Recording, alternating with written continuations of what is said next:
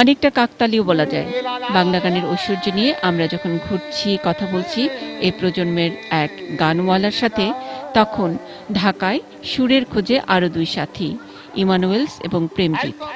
ইমানুয়েলস ফরাসি, বিভিন্ন ধরনের বাদ্যযন্ত্রে পারদর্শিতা তার। কলকাতায় 2 বছর আছেন তবলা শিখতে। আর প্রেমজিৎ অর্কের বন্ধু, একসঙ্গে ফিডলার স্ক্রিনে মিউজিক করেন। ঢাকায় আকস্মিক দেখা। আর সুরের মানুষরা সুর ছাড়া কি কমিউনিকেট করতে পারে?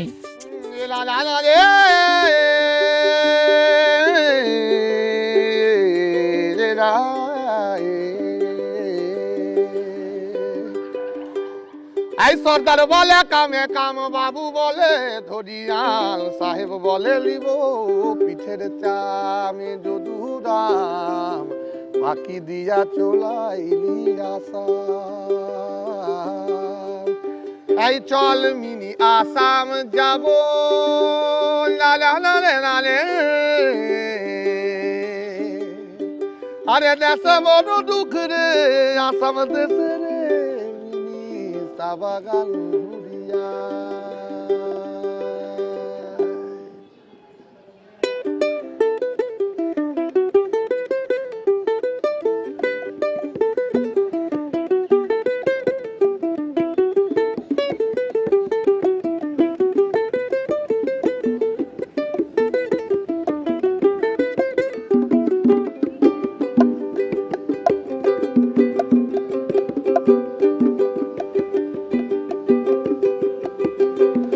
চল মিনি আসাম যাব, আরে দেশে বড় দুঃখ রে, আসাম দেশে রে মিনি চা বাগান ঘুরিয়া। এই আসাম দেশে রে মিনি চা বাগান ঘুরিয়া। এই চল মিনি আসাম যাব, আরে দেশে বড় দুঃখ রে, আসাম দেশে রে মিনি চা বাগান ঘুরিয়া।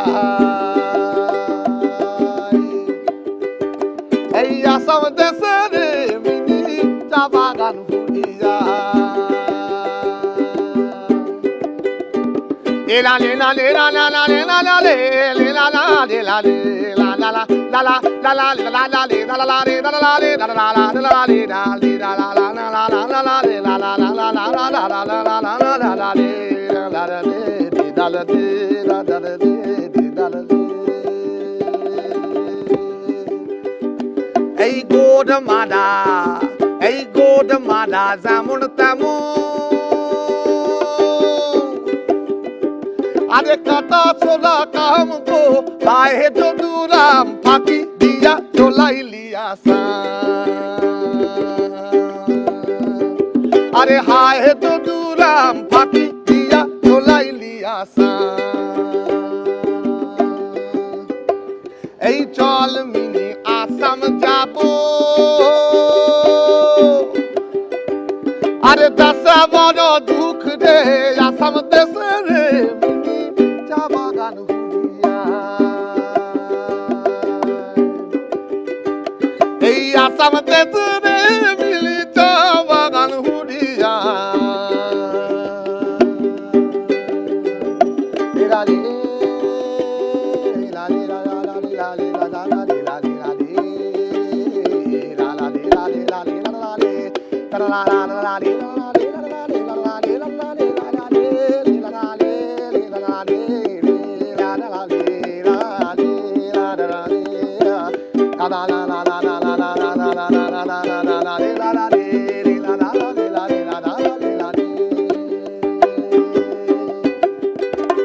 এই সর্দার বলে কামে কাম, এই সর্দার বলে কামে কাম, সর্দার বলে, এই সর্দার বলে কামে কাম।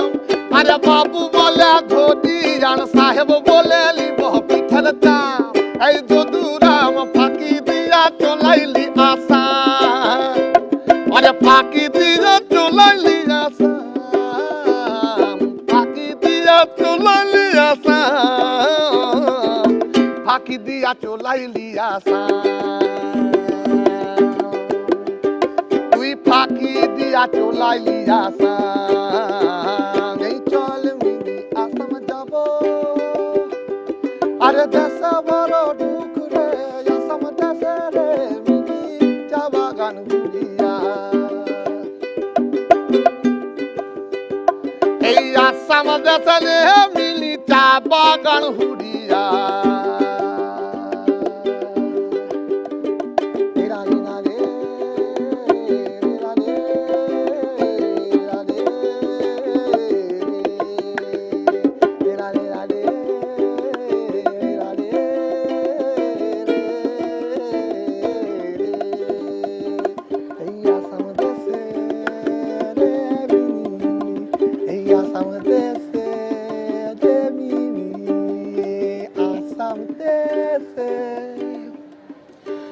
Asam desa de minta bagan udiai, asam desa de minta bagan udiai.